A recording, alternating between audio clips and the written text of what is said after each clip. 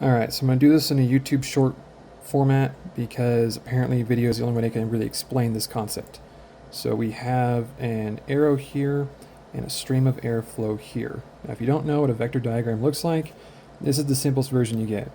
You just have a visual representation of the magnitude or leverage a force has, and you can very easily compare them, right? So for drag is described as the parallel resistance force, and lift is the perpendicular resistance force.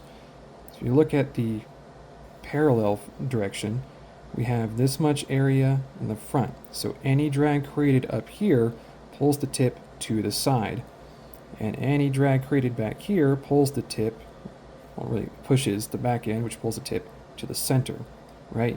So you add the size of this area here and this area down here, don't mind this mistake, you add these together, and this is an exaggerated version, but approximately of how much area is left. This tiny little mark is the leverage drag has on stabilizing an arrow.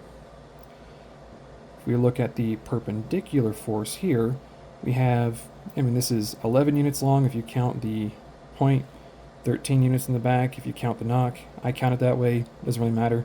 It's either, if you go carbon to carbon, it's 10 and 12. You count the points, it's 11 and 13. Big difference, right?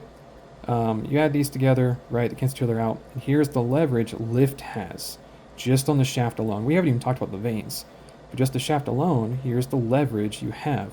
You get a lot more leverage. Now, the other half of this equation is coefficient of lift and coefficient of drag, but that's a different story.